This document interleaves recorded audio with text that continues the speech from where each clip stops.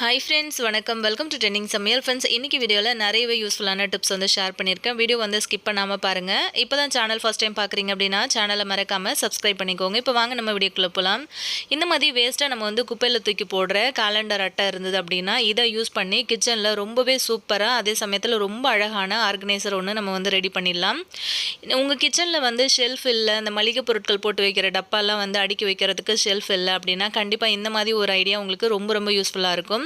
இப்போ நான் இந்த மாதிரி ஒரு கேலண்டர் அட்டை எடுத்திருக்கேன். இதில் வந்து ஒரு ஜூஸ் பாட்டிலோட மூடி வந்து யூஸ் பண்ணி அந்த 4 கார்னர்லேயும் இந்த மாதிரி மார்க்கர் வச்சு அந்த பாட்டிலோட மூடியை சுற்றி இந்த மாதிரி வந்து மார்க் பண்ணிவிட்டு அதை வந்து நம்ம கட் பண்ணி எடுத்துக்கலாம்.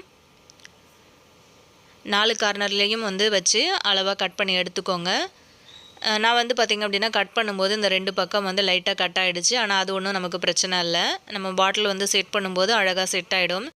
இந்த கேலண்டர் அட்டைக்கு கலர் கொடுக்கறதுக்காக இன்றைக்கி நான் வந்து இந்த மாதிரியான அக்ரிலிக் பெயிண்ட் வந்து யூஸ் பண்ணியிருக்கேன். உங்களுக்கு பிடிச்சமான கலரில் பெயிண்ட் வந்து யூஸ் பண்ணிக்கோங்க. ப்ரஷ் வந்து காணோம், அதனால நான் இந்த மாதிரி பஞ்சு இருக்குது இல்லையா, காட்டன், அதில் வந்து லைட்டாக அந்த பெயிண்டில் டிப் பண்ணிவிட்டு இந்த மாதிரி வந்து கலர் கொடுத்துருக்கேன். முடிஞ்ச வரைக்கும் அந்த கேலண்டர் அட்டைக்கு மேலே வந்து ஒட்டிக்கிட்டு இருக்க அந்த பேப்பரை வந்து ஃபுல்லாக ரிமூவ் பண்ணிக்கிட்டு வந்து கலர் கொடுங்க. நான் அவசரப்பட்டு இந்த மாதிரி கலர் கொடுத்ததுனால அந்த பேப்பரில் இருக்கிற கலர்ஸ், லெட்டர்ஸ் எல்லாமே வந்து மேலே தெரியுது. ஸோ இதுக்கு திரும்பவும் நான் வந்து இன்னொரு கோட்டிங் வந்து கொடுத்தேன். அதாவது இந்த மாதிரி வந்து டிப் பண்ணி எடுக்கும்போது அந்த கேலண்டர் அட்டையோட கலர்ஸ் வந்து கொஞ்சமாக மறைஞ்சிடுச்சு. உங்களுக்கு பிடிச்சமான கலர் கொடுத்து இந்த மாதிரி வந்து ரெடி பண்ணி எடுத்துக்கோங்க. இந்த மாதிரி பண்ணினதுக்கப்புறம் இதை வந்து கொஞ்சம் நேரம் நம்ம வந்து காய வச்சிட்டோம் அப்படின்னா நல்லாவே வந்து காஞ்சு வந்துடும்.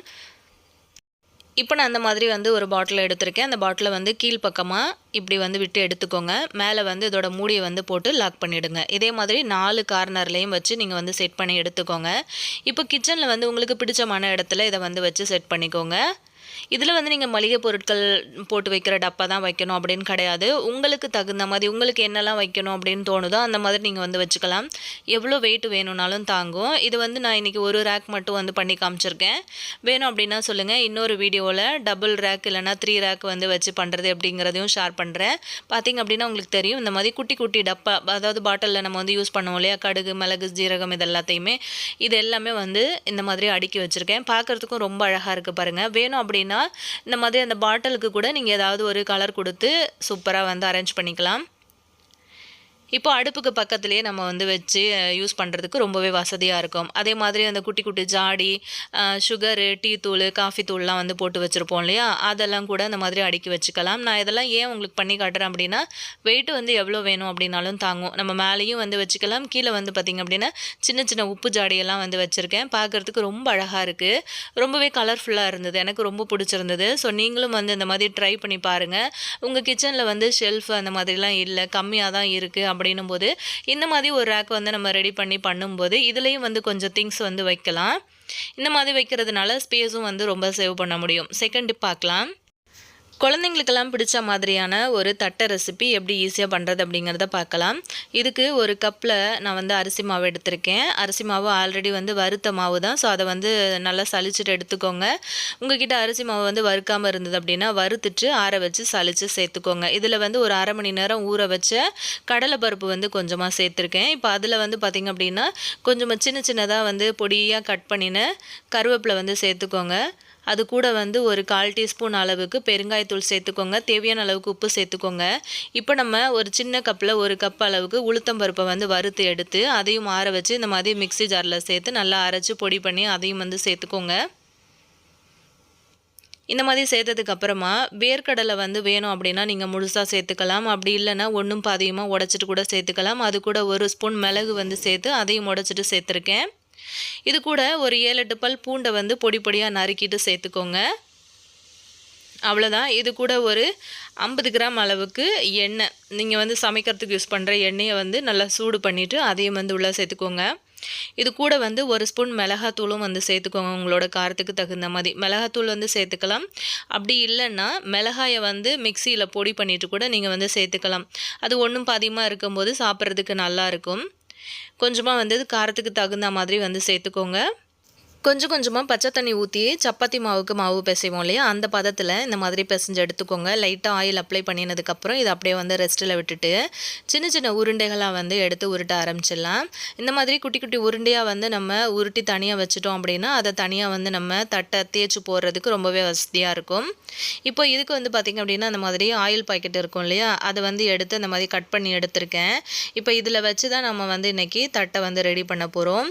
இப்போ எடுத்து வச்சுருக்கிற உருண்டையில் ஒரு உருண்டை அந்த மாதிரி வச்சுக்கோங்க. வச்சதுக்கப்புறம் மேலே இருக்கிற கவரை இந்த மாதிரி மூடி விட்டுட்டு இந்த மாதிரி ஏதாவது ஒரு பாட்டில் மூடி அப்படி இல்லைனா டிஃபன் பாக்ஸ் மூடி வந்து யூஸ் பண்ணி நல்லா மேலே வச்சு ப்ரெஸ் கொடுத்துட்டே இருந்தீங்க அப்படின்னா கரெக்டான ஒரு ஷேப்பில் உங்களுக்கு வந்து கிடைக்கும். பாருங்கள், கரெக்டாக அந்த மாதிரி ஒரு ஷேப்பில் வந்து கிடச்சிருக்கு.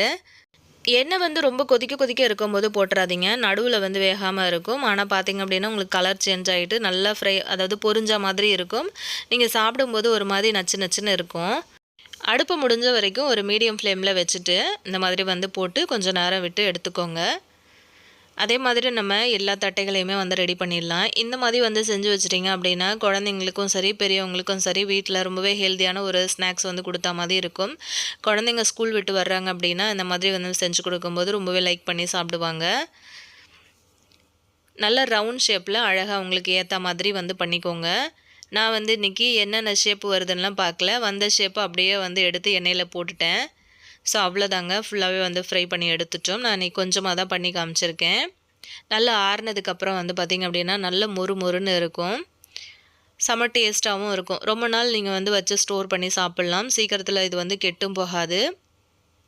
கண்டிப்பாக ட்ரை பண்ணிங்க அப்படின்னா எப்படி இருந்துச்சுன்னு கமெண்ட்டில் சொல்லுங்கள். நெக்ஸ்ட் டிப் பார்க்கலாம்.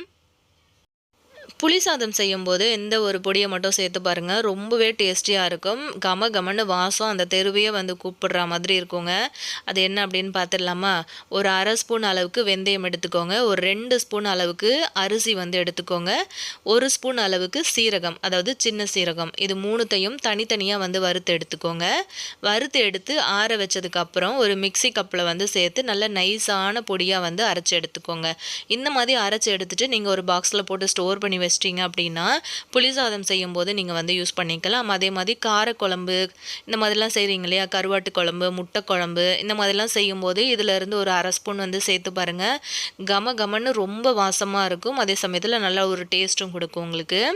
இந்த மாதிரி புளிக்கு நம்ம வந்து பேஸ்ட்டு ரெடி பண்ணி இந்த மாதிரி கொதிச்சுட்ருக்கோம் இல்லையா, இந்த டைமில் நம்ம வந்து ஒரு 1/2 ஸ்பூன்லேருந்து 1 ஸ்பூன் வரைக்கும் இந்த பொடியை வந்து சேர்த்துக்கலாம். இந்த பொடியை வந்து சேர்த்து இந்த மாதிரி கொதித்து நல்லா கலந்து விடும்போதே பார்த்திங்கன்னா நல்ல கமகமான்னு உங்களுக்கு வந்து வாசம் வரும். அதுக்கப்புறம் நல்ல பேஸ்ட் மாதிரி ரெடியானதுக்கு பிறகு சாதத்தை போட்டு நல்லா அந்த மாதிரி வந்து கலரி விட்டுருங்க. நல்ல கமகமன்னு சாப்பிட்றதுக்கு அவ்வளோ டேஸ்டியாக ரொம்ப சூப்பராக இருக்குங்க. நீங்கள் இது வரைக்கும் இந்த மாதிரி வந்து ட்ரை பண்ணல அப்படின்னா கண்டிப்பாக ட்ரை பண்ணி பாருங்கள். இது என்னோடய மாமியார் எனக்கு சொல்லி கொடுத்த டிப்ஸு. ஸோ நெக்ஸ்ட்டு டிப் என்னென்னு பார்க்கலாம். நம்ம பால் காய்ச்சும் போது அந்த பால் பாத்திரத்துக்கு மேலே வந்து பால் பொங்கி வராமல் இருக்கிறதுக்கு சூப்பரான ஒரு டிப்ஸ் பார்க்கலாமா? இந்த மாதிரி வந்து பாத்திரத்தை எடுத்துக்கோங்க. அதில் வந்து நெய் அப்படி இல்லைன்னா நீங்கள் சமையலுக்கு யூஸ் பண்ணுற எந்த எண்ணெய் வேணும்னாலும் வந்து இந்த மாதிரி லைட்டாக கையில் எடுத்துக்கிட்டு இந்த மாதிரி மேலே மட்டும் அப்ளை பண்ணி கொடுத்துருங்க. அதாவது சுற்றி நல்லா ரவுண்டாக அப்ளை பண்ணி கொடுத்துருங்க. அதுக்கப்புறம் பால் வந்து நம்ம ஊற்றிடலாம். இப்போ வந்து பார்த்திங்கன்னா அடுப்பில் வச்சு இப்போ கொதிக்க ஆரம்பிச்சிருக்கு. நம்ம வந்து அந்த எண்ணெய் வந்து தடவணும் இல்லையா, அந்த இடத்துக்கு மேலே வந்து பால் வரவே வராது, கீழே மட்டும்தான் உங்களுக்கு பொங்கிட்டு இருக்கும். பார்த்தீங்கன்னா தெரியும், அடுப்பு வந்து நல்லா ஹை ஃப்ளேமில் தான் வச்சிட்ருக்கேன். உள்ளுக்குள்ளேயே வந்து பொங்கி வந்து உள்ளேயே வந்து பால் போகுமே தவிர மேலே உங்களுக்கு வந்து பொங்கி வழிஞ்சு கீழே கொட்டாது. ட்ரை பண்ணி பாருங்கள். இந்த தம்ப்நெயில் எல்லாமே வந்து ரீசெண்ட் டைமில் நம்ம சேனலில் போஸ்ட் பண்ண வீடியோவோட தம்ப்நெயில் தான். இந்த வீடியோஸ் எல்லாம் நீங்கள் இன்னும் பார்க்கல அப்படின்னா மறக்காமல் சேனலுக்குள்ளே போயிட்டு வந்து செக் பண்ணி பாருங்கள், ரொம்பவே யூஸ்ஃபுல்லாக இருக்கும். இதே மாதிரி இன்ட்ரெஸ்டிங்கான இன்னொரு வீடியோவில் நான் உங்களை திரும்ப மீட் பண்ணுறேன் ஃப்ரெண்ட்ஸ். தேங்க்யூ.